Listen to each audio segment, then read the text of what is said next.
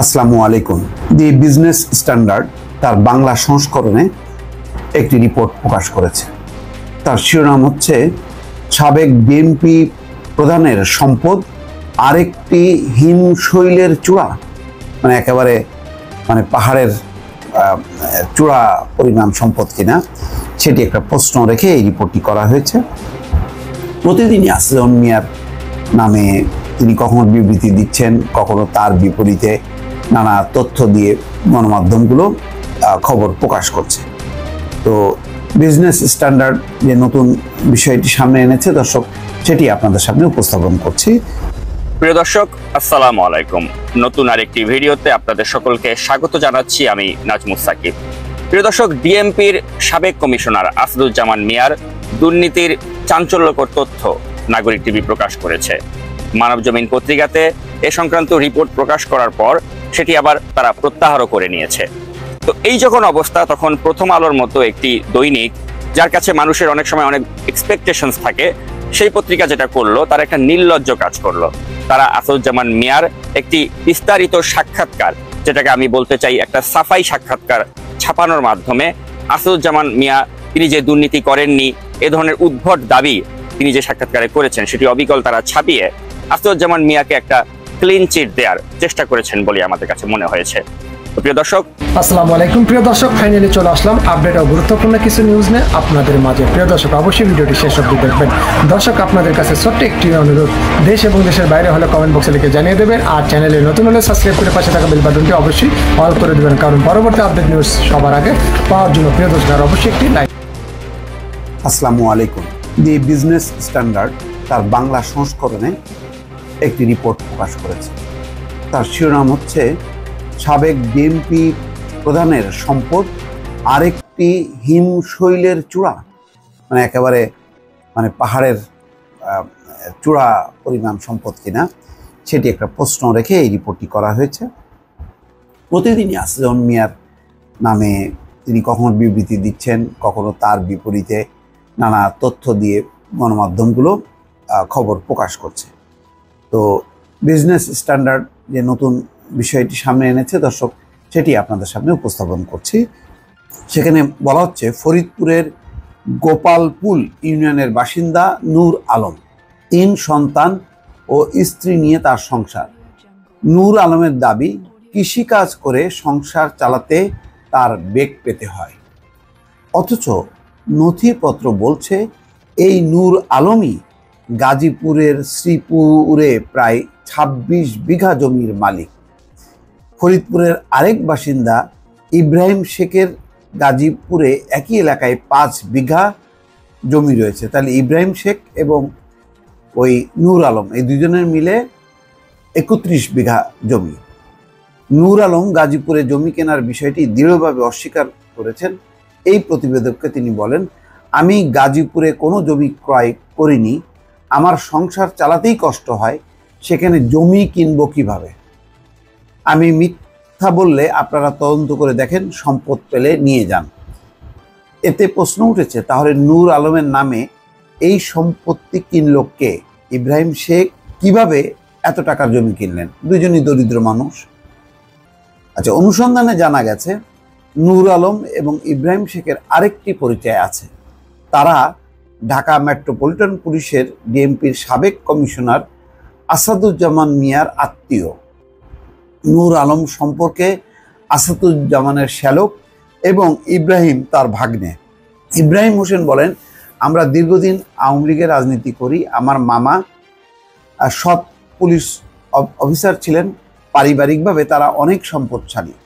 সম্প্রতি জাতীয় নির্বাচনে একজন প্রার্থীকে সমর্থন না দেওয়াকে কেন্দ্র করে মামার বিরুদ্ধে একটি পক্ষ তৈরি হয়, তারাই মামার নামে বিভিন্ন গুজব ছড়াচ্ছে। এটা বুঝলাম না তো, একজন পুলিশের অফিসার রিটায়ারমেন্টে গেছেন, তিনি জাতীয় নির্বাচনের কোনো প্রার্থীর পক্ষে বিপক্ষে থাকা না থাকার এই প্রসঙ্গটাই বা আসবে কেন? এটা ঠিক যে ওই সময় দেখা গেছে যে তিনি একেবারে গাড়িতে করে, পুলিশের গাড়িতে করে বা সরকারি গাড়িতে করে তিনি নির্বাচনী প্রচার চালাচ্ছেন, নির্বাচনী প্রচার অভিযান করছেন, যেটি নিয়ে বেশ বিতর্ক হয়েছিল। তিনিও বা এর ভিতরে এই রেসের মধ্যে ঢুকলেন কিভাবে, এটা একটা প্রশ্ন। এই জন্যই বলি যে অনেক পুলিশ অফিসারের মানে আসল পরিচয় তিনি পুলিশ অফিসারের থেকেও তিনি মানে কোনো দলীয় কর্মকর্তা বা দলীয় নেতা এরকম একটা ভূমিকা তিনি পালন করেন এবং এখানেই হয় বিপত্তি। আচ্ছা, সেই নূর আলম বলছেন যে ইব্রাহিম হোসেন বলছেন ভাগ্নে নূর আলমও স্বচ্ছ পরিবারের সন্তান, তবে এখন তিনি মানসিক সমস্যায় ভুগছেন। নূর আলমের সঙ্গে অনেকদিন তার বোনের যোগাযোগ নেই, যার কারণে তিনি অসংলগ্ন কথা বলছেন। তবে গাজীপুরের জমি সংক্রান্ত সব প্রশ্ন এড়িয়ে গেছেন ইব্রাহিম শেখ। তিনি বলেন, আপনারা এলাকায় আসেন, সব বুঝতে পারবেন। তিনি আর বক্তব্য দেননি। সম্প্রতি আসাদুজ্জামান ও তার পরিবারের সদস্যদের নামে থাকা বিপুল পরিমাণ সম্পদের তথ্য সামনে এসেছে। এই নিয়ে সংবাদ মাধ্যমে একাধিক খবরও প্রকাশিত হয়েছে। এর আগে সাবেক আইজিপি বেনজির আহমেদের বিরুদ্ধে দুর্নীতির অভিযোগ ওঠার পর দুদক একের পর এক অনুসন্ধানের অভিযোগের চেয়ে কয়েক গুণ বেশি সম্পদের সন্ধান পান। এই অবস্থায় প্রকাশিত খবরে উল্লেখিত সম্পদের তুলনায় আসাদুজ্জামানের প্রকৃত সম্পদ কত বেশি হতে পারে তা নিয়ে প্রশ্ন উঠেছে। আসাদুজ্জামানের সম্পদের বিবরণী সংক্রান্ত কিছু নথি বিভিন্ন মাধ্যমে ঘুরে বেড়াচ্ছে। এ সংক্রান্ত বেশি কিছু তথ্য বিজনেস স্ট্যান্ডার্ডের কাছে এসেছে, তবে তাৎক্ষণিকভাবে সবগুলো নথির সত্যতা যাচাই করা সম্ভব হয়নি। আসাদুজ্জামানের বিপুল সম্পদের বিষয়টি এমন এক সময় এলো যখন সাবেক আইজিপি বেনজির আহমেদের বেশিরভাগ সম্পত্তি প্রয়োগ করেছে আদালত। এছাড়া তার অবৈধ সম্পদ অর্জনের বিষয়ে অনুসন্ধান করছে দুদক। তো এই হচ্ছে বিষয়। এছাড়া জমি, ফ্ল্যাট, কোম্পানি কি কি আছে সেগুলির একটা বিবরণী দেওয়া হচ্ছে। তো এগুলি আসলে স্বচ্ছ একটা তদন্তের মাধ্যমে বোঝা যাবে যে আসাদুজ্জামান মিয়া কি আসলেই তার যা সম্পদ এটা কি সৎভাবে অর্জিত নাকি মানে অন্য উপায়ে অর্জিত। ঈদের পর অনুসন্ধানের সিদ্ধান্ত নেওয়ার কথা দুদকের, সেটি কাজ যদি শুরু হয় তখন। প্রিয় দর্শক, আসসালামু আলাইকুম। নতুন আরেকটি ভিডিওতে আপনাদের সকলকে স্বাগত জানাচ্ছি আমি নাজমুস সাকিব। প্রিয় দর্শক, ডিএমপির সাবেক কমিশনার আসাদুজ্জামান মিয়ার দুর্নীতির চাঞ্চল্যকর তথ্য নাগরিক টিভি প্রকাশ করেছে। মানবজমিন পত্রিকাতে এ সংক্রান্ত রিপোর্ট প্রকাশ করার পর সেটি আবার তারা প্রত্যাহারও করে নিয়েছে। তো এই যখন অবস্থা, তখন প্রথম আলোর মতো একটি দৈনিক, যার কাছে মানুষের অনেক সময় অনেক এক্সপেকটেশনস থাকে, সেই পত্রিকা যেটা করলো, তারা একটা নির্লজ্জ কাজ করলো। তারা আসাদুজ্জামান মিয়ার একটি বিস্তারিত সাক্ষাৎকার, যেটাকে আমি বলতে চাই একটা সাফাই সাক্ষাৎকার, ছাপানোর মাধ্যমে আসাদুজ্জামান মিয়া তিনি যে দুর্নীতি করেননি এ ধরনের উদ্ভট দাবি তিনি যে সাক্ষাৎকারে করেছেন সেটি অবিকল তারা ছাপিয়ে আসাদুজ্জামান মিয়াকে একটা ক্লিন চিট দেওয়ার চেষ্টা করেছেন বলে আমাদের কাছে মনে হয়েছে। প্রিয় দর্শক, প্রথম আলোর পাশাপাশি এখন অন্যান্য আরো বিভিন্ন গণমাধ্যমে আপনারা খেয়াল করলে দেখবেন আসাদুজ্জামান মিয়া তিনি আমেরিকায় বসে এখন যে সাক্ষাৎকারগুলো দিচ্ছেন সেগুলোকেই বিস্তারিত করে ছাপিয়ে প্রমাণ করার চেষ্টা হচ্ছে যে এই কুখ্যাত দুর্নীতিবাজ পুলিশ কর্মকর্তা তিনি নাকি বৈধ পথেই যা কিছু তিনি কিনেছেন, জমি জমা, এগুলো নাকি বৈধ পথেই কেনা হয়েছে, এটা এস্টাবলিশ করার একটা চেষ্টা দেখা যাচ্ছে। তো এই জঘন্য অন্যায়কে যে পত্রিকা অর্থাৎ প্রথম আলো বা অন্য যারা সাপোর্ট করছে, এটাকে আমরা প্রথমেই তীব্র নিন্দা জানাই। পাশাপাশি মানবজমিন পত্রিকার সম্পাদক মতিউর রহমান চৌধুরী তিনি এই সংক্রান্ত প্রতিবেদন ছাপাবার পর তিনি যে প্রত্যাহার করে নিলেন, এটাকেও আমরা ধিক্কার জানাই যে তিনি এই কাজটি করা তার মোটেই উচিত হয়নি। পাশাপাশি এখন এই আসাদুজ্জামান মিয়াকে মিডিয়াতে বাঁচিয়ে দেওয়ার জন্য কলকাঠি নাড়ছেন নঈম নিজাম এবং মোজাম্মেল বাবু। এই দুই চিহ্নিত কুখ্যাত ব্যক্তি তারা আসাদুজ্জামান মিয়াকে বাঁচিয়ে দেওয়ার জন্য যে প্রচেষ্টা নিচ্ছেন সে সংক্রান্ত তথ্য কিন্তু নাগরিক টিভির কাছে এসেছে। তো আমরা আপনাদেরকে সেটি জানিয়ে দিতে চাই যে এখন এই নেপথ্যে কলকাঠি নাড়ছেন নঈম নিজাম এবং এই পাশাপাশি ডিবিসি চ্যানেলের মঞ্জুরুল ইসলামের মতো সাংবাদিক, এবং এই কুখ্যাত নঈম নিজাম, মঞ্জুরুল এবং ৭১ টিভির মোজাম্মেল বাবু, এই গংরা মিলেই কিন্তু এখন বাঁচিয়ে দেওয়ার চেষ্টা করছেন এই কুখ্যাত সাবেক ডিএমপি কমিশনারকে। তো যতই তারা বাঁচিয়ে দেওয়ার চেষ্টা করুক, নাগরিক টিভি অবশ্যই এক্ষেত্রে ভেটো দিবে এবং নাগরিক টিভি প্রকৃত সত্য আপনাদেরকে তুলে ধরবে। তো তেমনই কিছু সত্য আজ আমার কাছে এসেছে যেগুলো আমি আপনাদের সামনে শেয়ার করব, যার মাধ্যমে যে অসত্য দাবিগুলো করেছেন আসাদুজ্জামান মিয়া প্রথম আলোর কাছে সেগুলোকে আমি ডিবাঙ্ক করতে পারবো। তো সেগুলোকে ডিবাঙ্ক করার আগে প্রথমে একটি তথ্য আপনাদেরকে দিতে চাই প্রিয় দর্শক, যে সবসময় নিজেকে মুক্তিযুদ্ধের চেতনার ধারক বাহক দাবি করা, আওয়ামী লীগের পক্ষে সাফাই গাওয়া এই যে সাবেক ডিএমপি কমিশনার আসাদুজ্জামান মিয়া, তিনি মুখে যতই মুক্তিযুদ্ধের পক্ষে শক্তি হিসেবে নিজেকে দাবি করেন না কেন, তার শ্বশুর কিন্তু ছিলেন তার এলাকার ইউনিয়ন শান্তি কমিটির চেয়ারম্যান, অর্থাৎ তার শ্বশুর আব্দুর রহমান তিনি ফরিদপুরের আলফাডাঙ্গা এলাকার একজন চিহ্নিত রাজাকার ছিলেন এবং এ সংক্রান্ত যাবতীয় ডকুমেন্ট আমাদের কাছে এসেছে যা আপনারা স্ক্রিনে দেখতে পাচ্ছেন। তো যার শ্বশুর ছিল একজন চিহ্নিত রাজাকার, তিনি আবার নিজেকে দাবি করেন যে তিনি মুক্তিযুদ্ধের সপক্ষের শক্তি, আওয়ামী লীগের তিনি ধারক বাহক, চেতনার ধারক বাহক। তো এই চেতনাবাজের আসল সত্যটা কি সেটা আপনারা দেখে নিলেন, যে তার শ্বশুরই ছিল একজন তার এলাকার শান্তি কমিটির চেয়ারম্যান। এবং এটা নিয়ে কিন্তু তার যে শ্যালক, যার নামেও কিন্তু অনেক দুর্নীতি করেছেন এই আসাদুজ্জামান মিয়া, তার শ্যালকের নামকে ব্যবহার করেও তিনি যে দুর্নীতি করেছেন, সেই হারিসুর রহমান সোহান, এই সোহানও কিন্তু এক সময় এ কারণে কিন্তু এটা বিভিন্ন সংবাদ মাধ্যমে নিউজও হয়েছিল যে সোহানের বাবা অর্থাৎ তিনি যে এলাকা শান্তি কমিটির চেয়ারম্যান ছিলেন এই আব্দুর রহমান, এটা নিয়ে কিন্তু পত্রপত্রিকাতে নিউজও হয়েছিল, যেটা আপনারা হয়তো স্ক্রিনে দেখতে পাচ্ছেন প্রিয় দর্শক। তো একজন শ্বশুর যার ছিল রাজাকার, সেই পুলিশ কর্মকর্তা তিনি কতটুকু নীতি নৈতিকতা নিয়ে কাজ করেছেন এটা বোঝা যাচ্ছে তার কর্মকাণ্ডের দ্বারা। এবং তিনি যে প্রথম আলোর কাছে মিথ্যাচার করেছেন, এখন একে একে সেগুলোকে আমি আপনাদের সামনে উন্মোচন করতে চলেছি। তো প্রিয় দর্শক, আসাদুজ্জামান মিয়া দাবি করেছেন প্রথম আলোর সাক্ষাৎকারে যে তার মেয়ে আয়েশা সিদ্দিকা এবং তার স্বামী তারা নাকি পেশায় ডাক্তার এবং তাদের উপার্জিত অর্থ দিয়েই নাকি তারা সিদ্ধেশ্বরীতে ফ্ল্যাট কিনেছেন। এই বক্তব্য নিছক ভণ্ডামি এবং নির্লজ্জ মিথ্যাচার। কারণ 2020 সালে আয়েশা সিদ্দিকা সিদ্ধেশ্বরীতে ফ্ল্যাটটি কিনেছিলেন এবং তখন তিনি 2 কোটি টাকা কালো টাকাকে সাদাও করেন, যেটা আপনারা হয়তো স্ক্রিনে দেখতে পাচ্ছেন। এবং ওই সময় কিন্তু আয়েশা সিদ্দিকার বয়স ছিল মাত্র 28 বছর। তো প্রশ্ন হলো, এত অল্প বয়সে তিনি কত বড় বিশেষজ্ঞ চিকিৎসক ছিলেন যে তিনি এরকম 2 কোটি টাকার একটি ফ্ল্যাট কিনতে পারেন? এই প্রশ্ন আপনাদের কাছে রাখতে চাই। তো আর তিনি যদি সৎই হতেন তাহলে কালো টাকা সাদা করার প্রয়োজন তার হলো কেন? এবং আসাদুজ্জামান মিয়ার এই কন্যার বয়স 2017 সালে ছিল মাত্র 25 বছর বয়স এবং তখনই তিনি মোহাম্মদপুরের রামচন্দ্রপুর মৌজায় 5 কাঠা জমি কেনেন, যার বাজার মূল্য 5 কোটি টাকা। তো এই মেয়ে এত অল্প বয়সে কোথায় পেল এত টাকা? এই প্রশ্ন আপনাদের কাছে আমি রাখতে চাই যে 25 বছরের একটা মেয়ে কোথা থেকে এই টাকা পেল? 2020 সালে আসাদুজ্জামান মিয়ার এই মেয়ের বয়স হয় 28 বছর। তখন পূর্বাচল 1 নম্বর সেক্টরে তিনি 10 কাঠা জমি কেনেন এবং এই জমির আপনারা জানেন যে দাম এখন বর্তমান বাজার মূল্যে প্রায় 10 কোটি টাকারও বেশি। তো একজন 28 বছর বয়সের মেয়ে কোথা থেকে কোন আলাদিনের চেরাগে, কত বড় ডাক্তারই তিনি হন না কেন বা তার স্বামী হন না কেন, তিনি 10 কোটি টাকার একটি এই কাঠা জমি কিনতে পারেন? এটা কিভাবে সম্ভব? তো এই উত্তরটাও কিন্তু তিনি প্রথম আলোর কাছে তিনি ব্যক্ত করেননি বা জানাতে পারেননি। অথচ তিনি দাবি করেছেন যে তার বড় ছেলে আসিফ শাহাদাত সে নাকি একটি বহুজাতিক কোম্পানিতে চাকরি করে। তো আমরা যেটা জানতে পেরেছি যে তার এই আসিফ শাহাদাত, তার এই ছেলের বয়স হচ্ছে 34 বছর এবং সে ব্রিটিশ আমেরিকান টোবাকোর সিনিয়র ম্যানেজার হিসেবে কর্মরত এবং তার বার্ষিক বেতন 23,80,668 টাকা। তো আমরা তর্কের খাতিরে ধরে নিলাম যে এই বেতনের অর্ধেক টাকা তিনি জমাতে পারেন। সেই হিসেবে গত 5 বছরে তিনি এই টাকাটা জমালেও সব মিলিয়ে একত্র করা হলেও কিন্তু তা হয় 60 থেকে 70 লাখ টাকা, এর বেশি হওয়ার কিন্তু সুযোগ নেই। অথচ এই ছেলের নামেই কিন্তু কমপক্ষে 25 কোটি টাকা মূল্যের সম্পদের খোঁজ আমরা পেয়েছি। তো মোহাম্মদ আসাদুজ্জামান মিয়া তিনি কিন্তু এই প্রসঙ্গটিও প্রথম আলোর সাথে আলাপকালে এড়িয়ে গেছেন। এবং আসিফ শাহাদাত 2011 সালে ফরিদপুরের ভাঙ্গায় 3 একরের মতো জমি ক্রয় করেন এবং তখন তার বয়স 21 বছরের মতো। তো এবং তিনি একজন স্টুডেন্ট তখন। তো এই 3 একর জমির দাম কম করে হলেও কিন্তু 3 থেকে 4 কোটি টাকা। এই বিপুল পরিমাণ টাকা তিনি কোথায় পেলেন তখন? এই প্রশ্ন আমি রাখতে চাই প্রিয় দর্শক আপনাদের কাছে। এবং এই আসিফ শাহাদাত তিনি তো পূর্বাচলে 4 কাঠা জমি কিনেছে, যেটার দাম প্রায় 6 কোটি টাকার মতো দাঁড়ায় এবং আফতাবনগরেও তার নামে 5 কাঠা জমি রয়েছে। তো ফরিদপুরেও তার কয়েক একর জমি রয়েছে এবং শেপিয়ার্ড কনসোর্টিয়ামের ডিরেক্টরও তিনি। তো এই বিষয়গুলো কিন্তু প্রথম আলোর সাথে সাক্ষাৎকার আসাদুজ্জামান মিয়া তিনি কিন্তু এড়িয়ে গেছেন।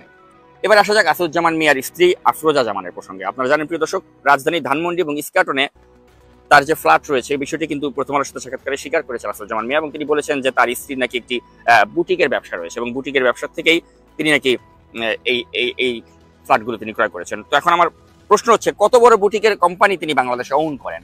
আমরা তো তার স্ত্রীর এরকম কোনো বুটিকের দোকানের অস্তিত্ব খুঁজে পাইনি আমাদের অনুসন্ধানে, যেটা বাংলাদেশে খুব জনপ্রিয় একটা বুটিক হাউস যেখান থেকে তিনি এত টাকা কামিয়ে নিয়েছেন। আমরা তো আরো অনেক বুটিক হাউসের ওনারদেরকে আমরা চিনি, তাদের নামে তো এত সম্পদের খোঁজ আমরা পাইনি। তো এই টাকার উৎস কি, এটা কিন্তু সহজে আমরা বুঝতে পারছি। যেটা বুটিকের কথা বলে তিনি যেটা বলাতে চাচ্ছেন এটা সির্ফ ধান্দাবাজি, এটা অবশ্যই তার দুর্নীতির টাকা।